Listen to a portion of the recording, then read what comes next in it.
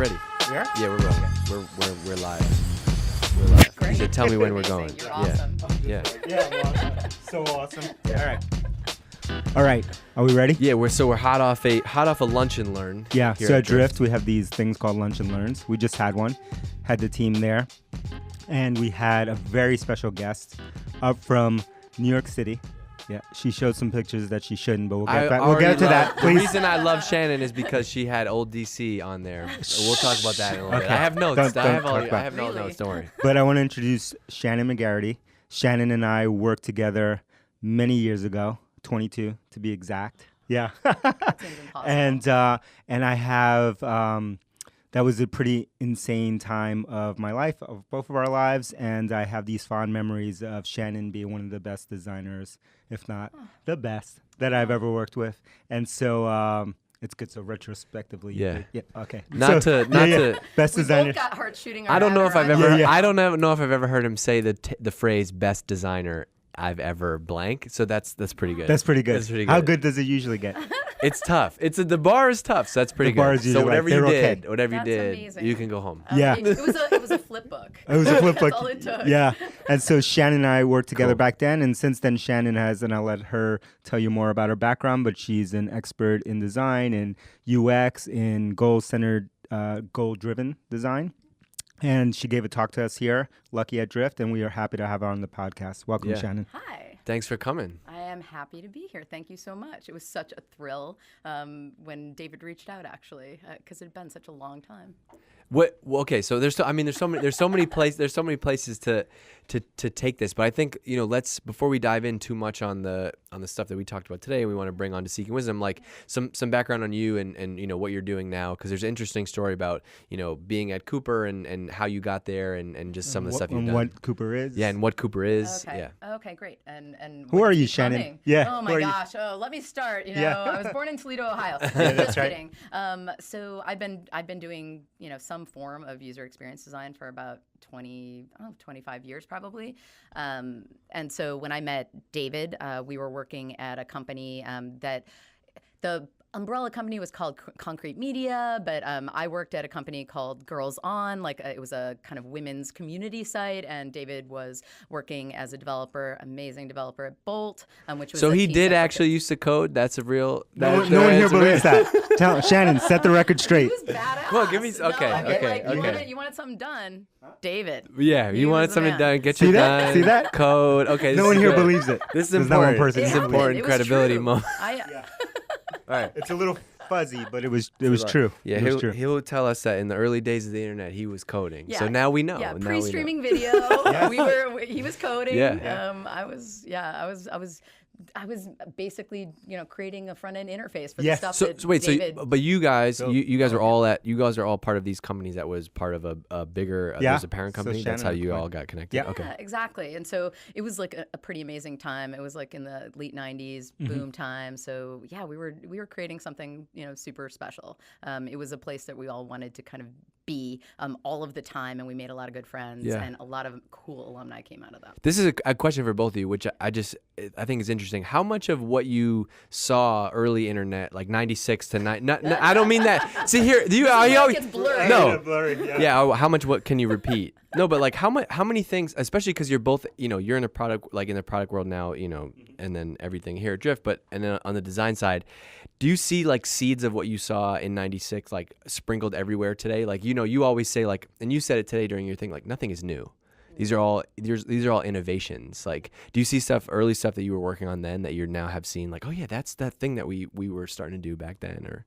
Huh, that's interesting. I mean, well, look, we were working on community sites where we were connecting people to each other. So that was pre-MySpace and pre-Facebook, right? Yeah.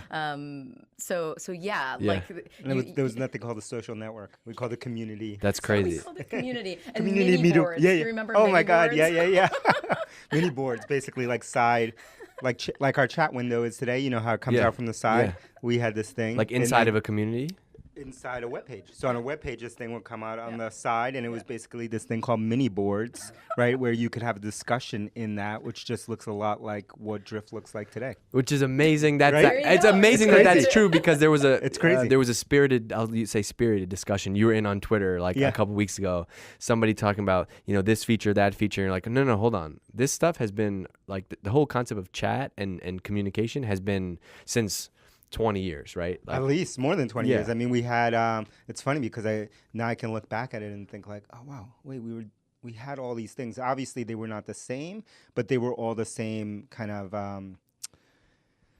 paradigms, right? It was just like, oh yeah, we had this thing on the side. What was this thing on the side? We called it Miniboards, and it was basically a way you could chat. Oh, what does it look like? Oh, it looks exactly like the way that we chat now on the side. We didn't have the tech to back up the ideas that we had. Exactly, right? but the ideas were there. And the first version of Bolt, when we started working on that, used something called Future Splash, which was which later became rebranded as Flash when Adobe acquired it. It was actually a company, Macromedia, before that built it. We built the whole site in this thing called Future Splash.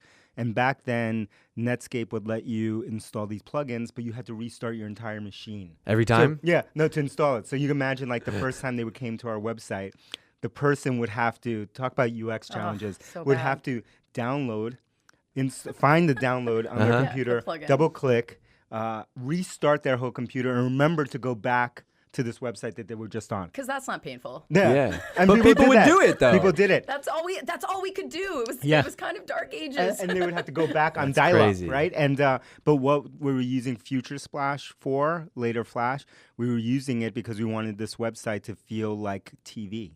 Right? And you would go and you would play this little thing, and it basically would look like the Instagram videos that you see today, YouTube clips like that. None of that obviously existed, but we were trying to do the same thing with very limited technology back then. It's amazing. So long ago. Restart your Future computer. Splash. No. See, this is good. Exactly. Prehistory. I remember actually also like one year I dressed up, as long as we're talking anachronism, I remember dressing up for Halloween. My costume was the guy on the front of the director box. You know what I'm talking about? Like nobody else will unless you were around. Back but, then, like, that was Macromedia. Back then. director and Flash. Like, it was all kind of a part of the landscape. It's crazy. And back then when we were designing, I wasn't designing, when Shannon was designing web pages, we were basically to what would be today a blog post, which was most of Girls On was basically just blog posts. Just but text. we didn't have something called a blog post. Shannon would have designers design every single article was a unique design. A different template.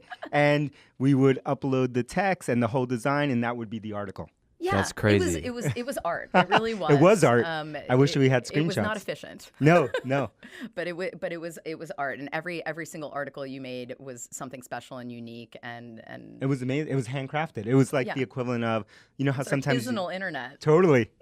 Sometimes today you go to the New York Times and they'll have those custom design articles that are amazing. Yeah. Well, every article that Shannon was designing was That's a what it custom was. design. There was no standard. It was just a custom one every single time. Gosh. It was amazing. Can you imagine? Yeah, the and man hours. So many man hours. And now, like, to think you can write a blog post from your phone, like walking somewhere and publish it. And at one point we were talking about, I don't know how we got on this topic, but we were talking about, I remembered, I had forgotten for 20 years, the Bolt store. Remember the Bolt store? Gosh, no, not until you just said it. Isn't that crazy? We were doing commerce. Yeah, crazy. What were you selling? T-shirts. T-shirts. Mostly T-shirts. T-shirts that these interns would get screen printed somewhere. I don't know where, but we would have like these.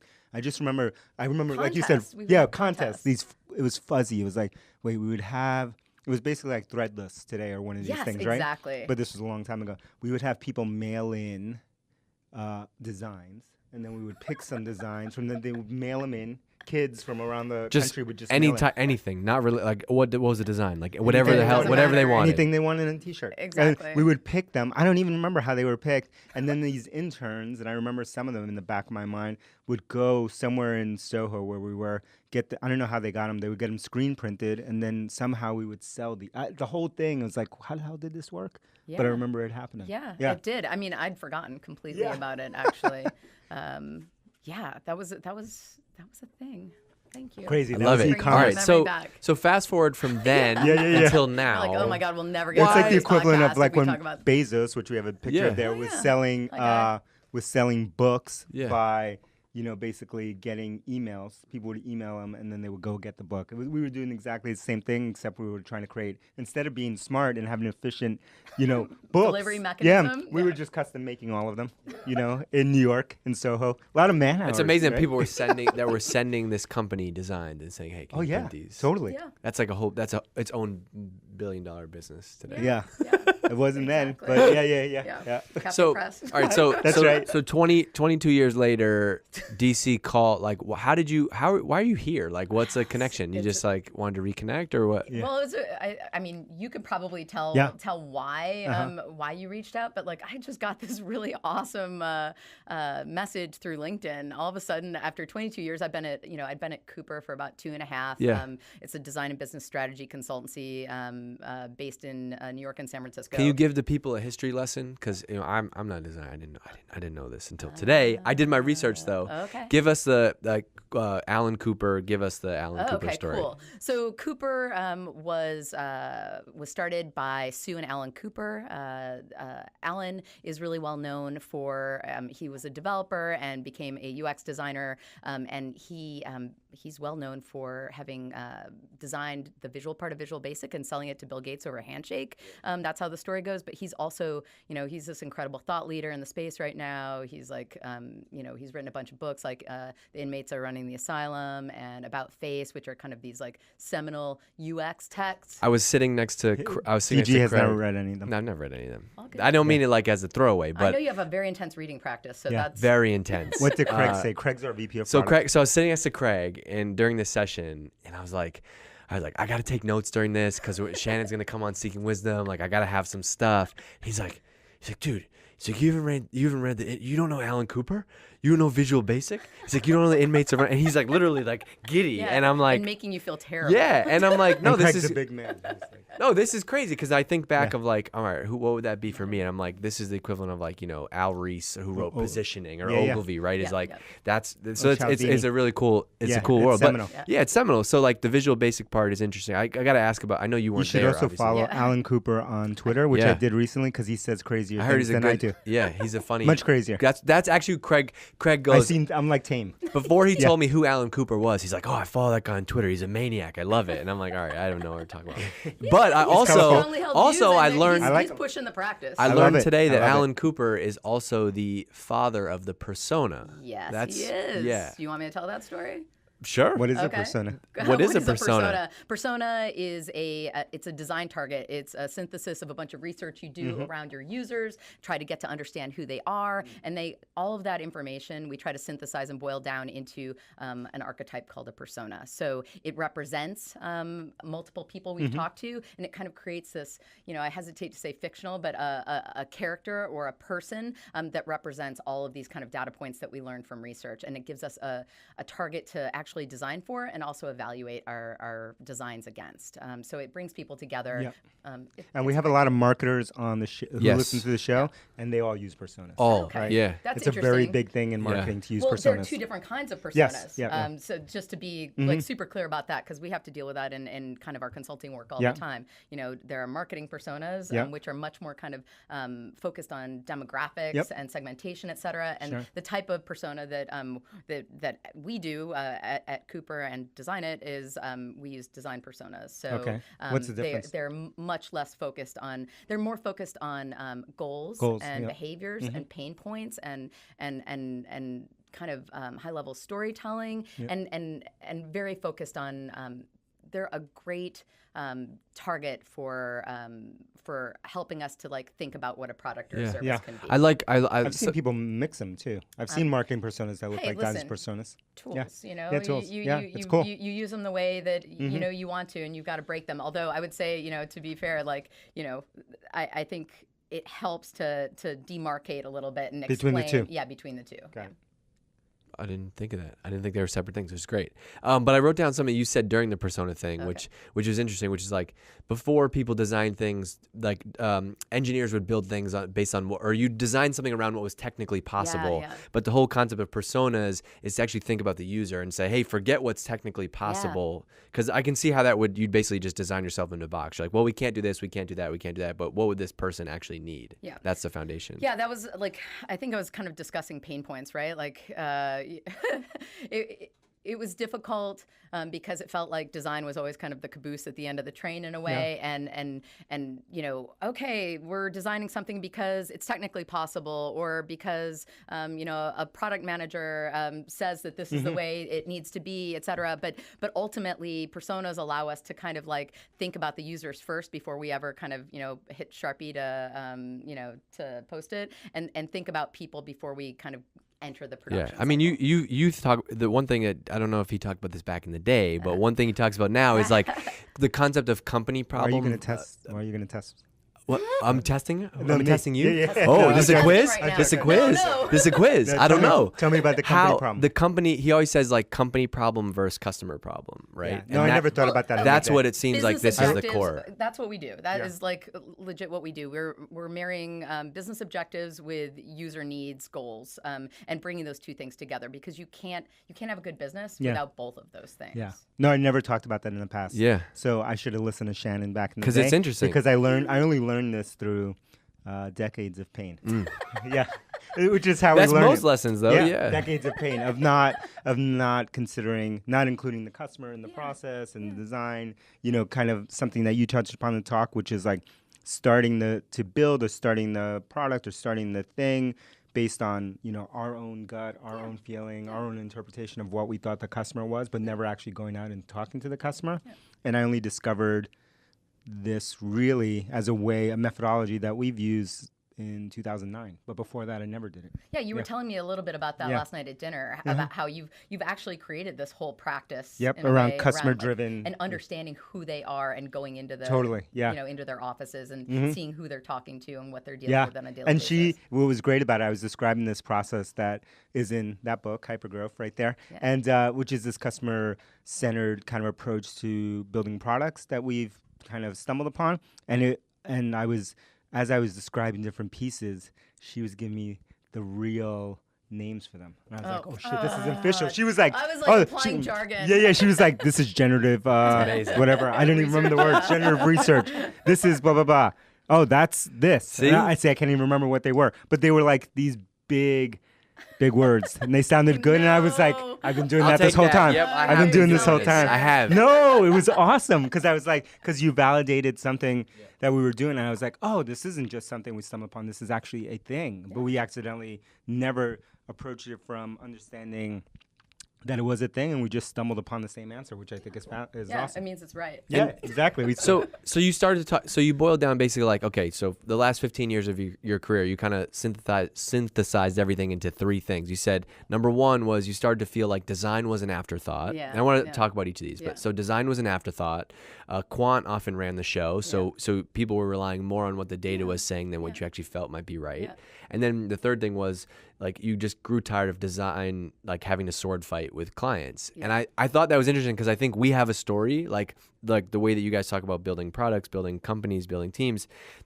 Those are all related, right? Like we have something written. Same pattern. It's the same pattern. Design was design was last. Yeah. You know, data. You trusted data instead of your gut, and then you're arguing about clients because the client says, "Well, I think this is right," whereas our motto here is like, let's ship it, actually get feedback on it, and see what happens. Hey, that's a huge part of the design process, right? Like it's making sure that it's built right, and testing and poking at it, which is great. That's amazing. It's just, I think ultimately what I think where the all of that pain was, what kind of filled the pain was goal-centered design. So being able to kind of have a design target and having everybody align on that design target together before you got to that point, like that's where all of a sudden my pain started dissipating in my career. So that's kind of what I was getting at with those three main points, I guess. What was amazing talking to Shannon last night and then today and during her talk is like how it's something that we always talk about, which is Shannon also did in her talk, which is like all of these patterns are the same. They may have different names and different contexts, but like we were seeing the same patterns for things. Like we had a Q&A session after her talk. And most of the questions, I was laughing to myself, and I tried not to interrupt, because they were the same questions that we get about marketing or sales or whatever, which is, and all the questions were basically summed up as, can you give me a 3-step process that I can follow to achieve X, Y, Z? Yeah. And most of Shannon's answers Who's were asking, like designers, engineers? everyone in the room. Okay. Everyone in the room. It was salespeople, engineers, designers. Everyone was basically asking for the same thing. Give me the secret formula to get X, Y, Z. And Shannon was saying, would come back and say, well, sometimes it depends. Yeah. Sometimes that's an art. That's actually an art. That's not like a hard and fast rule. And like sometimes you just have to make a decision. And like it was all these things that we talk about in a different context, but it was the same lessons, right? Yeah. And people, no matter how many times she said that, the next person would raise their hand. Everybody and say, wants like, the what's cookie the cutter, next? like, Give me the 3 steps to X, Y, Z. Yeah, done. Yeah, there just aren't. You've got framework that Yeah. you can use as your guide, but I think also like just knowing how to break the tools and being pragmatic about when to apply the tools to the Yeah. kind of project that you're working Yeah. on. Like I know you guys are working really fast here, so do you eat all of the elephant at once and like and try to incorporate like everything Yeah. all of this change at once, or do you just like take little pieces and say, oh, I'm going to do proto personas and see how that works Yeah. and like pilot that out and see if that's a good alignment tool. Like not doing it all at once, I think is can be. What is helpful your in these What is your moments. answer to that? Like, how would you answer that? I think we talked about it after, which is I think the answer is, and this is the answer that Shannon gave, which is in the elephant kind of metaphor, which is you have to take an incremental approach. You can't go all the way to, and I think, someone in the audience asked, well, we basically it was a leading question. It was like, tell DC to let us do X, Y, Z. Well, we wanted to do research, and we wanted to hire some people to do research. And basically, we wanted to have this giant process, change everything the way that we work. But everything that the way that we work is working, but we just want to change all of it. But someone over there where I was sitting, and that over there said no. Therefore, we can't. So how would you? Yeah. How would you go about? Shannon, do you have an idea? Just for how asking. you It's a hypothetical. hypothetical for how you could do this. God, And I was just sitting you can't there. screw up this question. Yeah, Shannon. just listening. And her answer was, well, you start with a little bit.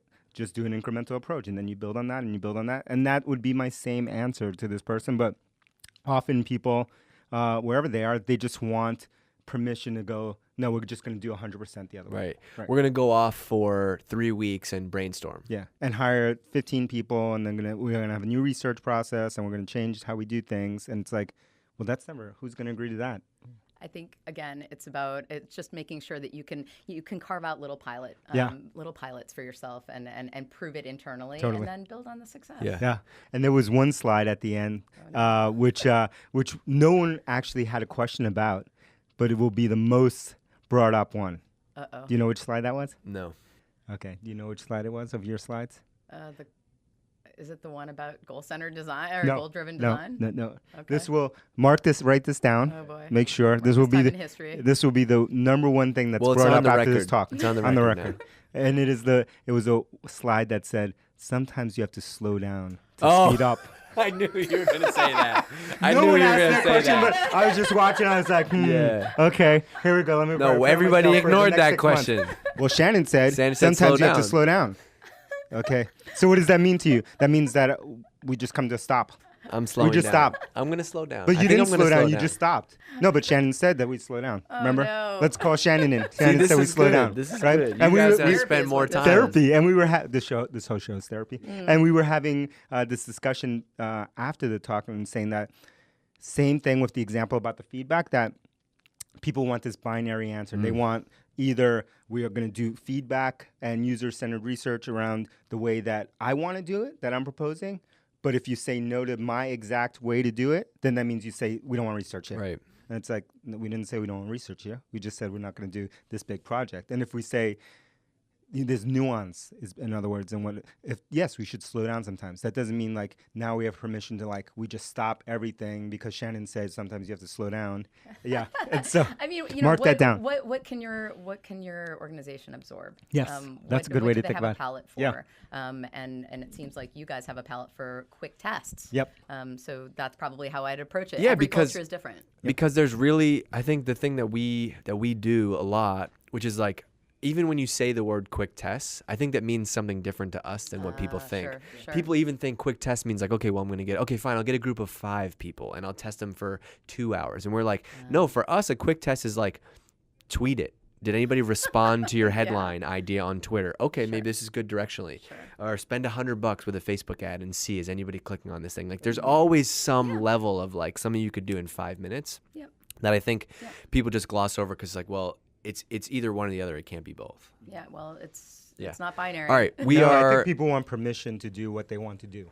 Right. So they have an idea. They have a solution in their head. Exactly. And you touched upon that in your talk. Yeah. I guess it's just kind of like you have to kind of see what is the company will accept. Yeah. And what the context will accept, exactly. right? Exactly. Well, that's probably like all the battling with clients over design, right? Yeah. They're asking you to create something they already know they already think they have the answer for it. Yeah. There is no interpretation. Yeah, and that was, I mean, honestly, that was like pre-Cooper. I mean, now, like, people come to Cooper and design it now.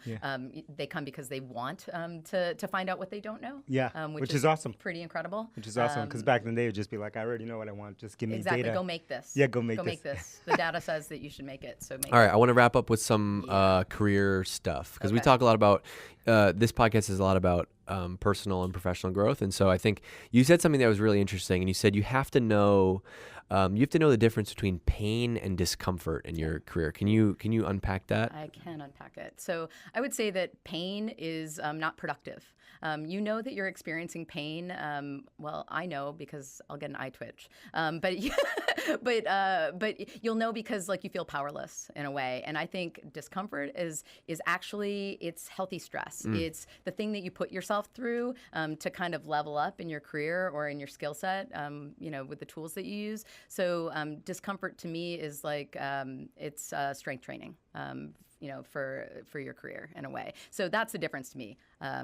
Pain, eye twitch, discomfort, healthy stress. You said discomfort is resistance training for your brain, yeah, right? That's it's like that moment better. of you're at the incline on a treadmill and it sucks in that moment, but you get off that treadmill and you're like, I'm soaked in sweat. That was amazing. And like you I know feel that like it's going to be better. Totally. I think when you're living in pain, you're like, I don't know when this is going to end. Yeah. Please make it stop. Yeah. You're ready to end it. So I think discomfort is kind of the magic word. And I'd shown that like slide like around David Bowie and how he said that like you kind of know that when your feet are just about like if you're in the pool and your feet are just coming off the ground a little bit, that's kind of like the great space where like magic kind of happens, where you feel uncomfortable, but you know that something amazing is going to happen. I love that. What do you? What's your take on this? Did anybody know who that was? David Bowie, just me and you. Yeah. Everyone was like, blank. Who's that dude with face paint on his face? Who's that? No, I don't know how many people knew that. Maybe 5%. They did know Back to the Future. They I was, did. like, Maybe shocked. that must be back. Maybe that must be on replay on something. Yeah. Maybe on in when the you mall. fly in JetBlue. You see that one? Yeah. I'm not sure how they knew that one, but most of the references they know. But I love this topic, obviously, of discomfort. Something we talk a lot about. But I like the way that you positioned it. I love that David Bowie quote, which I will steal. That entire slide. I'm going to use that. Great. Are there, aside from Alan Cooper's books? Yeah. Let's put those. We'll get those and we'll put them around here. Aside from those books, are there books that you suggest to other people that are either in design, not in design, to appreciate like what you are talking about, or kind of like Sure. I mean, like there's the one that I talked about today. I really like that Org Design for Design Orgs by Peter Merholtz. Okay. That's great because it explains, it diagnoses kind of a problem that people are starting to grapple with, which is where design fits in an organization, and it talks about that kind of double diamond approach to kind of product delivery. So, you melted everyone's brain on that. They're like, who knows the double diamond approach to whatever? And everyone's like, no, nobody. Crickets. Well, I was living that life, up till Cooper. I would say that like I was kind of living. Both of these diamonds are important, right? But like if you've got the definition problem or the definition diamond, which is about like solving the right problem, and then you've got the execution diamond, which is like doing it right, solving it right. Yeah. Like I was kind of living in that execution diamond for a really long time, and with goal-driven design, all of a sudden, I'm doing, amazing UX work, and I'm doing service design where you're defining the solution, you're defining the problem. Really, awesome. Yeah. That can be incredibly empowering. So I love that book just for that. It changed my vocabulary about the pain that I had been experiencing prior. We're gonna have to get that book. And how do you describe for the listeners, the Venn diagram that you had of what UX is. What are the 3 circles? Oh, yeah. Hold on one second. It's Because I love this part. now you got me on It's the 4 spot. circles? I'm flipping out for a Yeah. second. Well, one So- of them was copywriting. Yeah, well, so you had interaction design, visual design, copywriting, and all of these 3 things kind of merged together in a way. I've been doing all those things throughout my career, and kind of actually, if you get about face, you'll see that Venn diagram comes directly from there? from the book. Okay, which I'll is get that. That form and content and the way it works all form together to kind of make that sweet spot of user experience, and so. Yeah, that is kind of how I think about user amazing. experience now. It's my model for it. Because it overlaps with some of the stuff we talked about. I loved when you were talking about your own journey from interaction designer. Then you talked about copywriting. Yeah. Then you talked about marketing in a certain context. And Yeah. I was like, wow, I've never heard a designer talk that way, because that was amazing to me. Well, I have a very weird, And then I you kind sold, of sidelined off into marketing. sold diet. I what was sold it? diet programs online. Tell me about that. How did that work? And you designed funnels?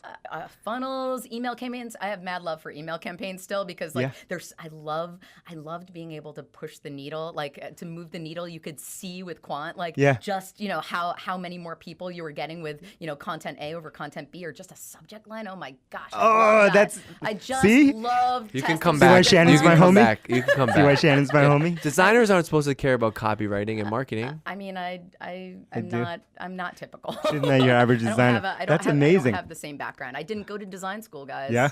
We had a bunch of drifters eating lunch, and they said, when is Shannon staying here? Yeah. And they voted. They voted you on the island. Yeah, you're on. That's amazing. Now if you leave the That island, means a lot. You're on. All right, send us. So first of all, you got a bunch of stuff we can plug, right? Yeah. So Shannon, we didn't talk about this, No. and I'll do the plugging. Here, I'll give you my Shannon notes. runs training. I don't run training. I participate in You training. participate. Yeah. She does training. Yeah. Okay. Training for Cooper. And so if you want to learn about all the stuff that we're talking about here and a lot more in terms of design, she has a special offer for you. Ooh. Go to cooper.com. Was it slash courses? Courses. Training. Oh, Training. Yeah.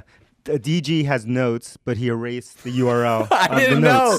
I didn't know that DC was going to be reading them. I would have gone with Cooper.com/training. Yeah, and he's in the middle of the podcast. He's like, what's the URL again? It's cooper.com/training. Yeah.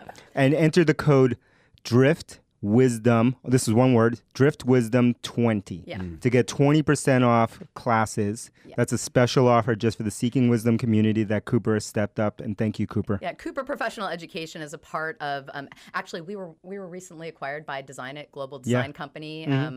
16 offices across the world, et cetera. And so Cooper Professional Education is basically the North America region's training arm. And so right now, I do classes around service design, design thinking, those kind of high-level framework classes, but also around technique deep dives, like design research techniques and leading creative ideation and design leadership. So you have to see some of these classes. It's www.cooper.com/training. And these are some of the titles of some upcoming classes: Design Thinking Immersive, Design Research Techniques, Landing Creative Ideation. I don't even know how to say that. Leading. I don't know how to read. Yeah. Mastering the Art of Feedback. Oh, I need that one. You Send need that? me. Yeah. Mm-hmm. Anyone that works with me needs Okay. this class here called Mastering the Art of Feedback. You're actually teaching that one. DC's actually guest lecturing. Design Leadership and Service Design Immersive. If you listen to podcasts, we never plug anything, but this is that true? high. Oh, yeah, 100%. 100% super high value. And there's even a workshop here called the Brand Experience Workshop. So if you're interested in this stuff, cooper.com/training,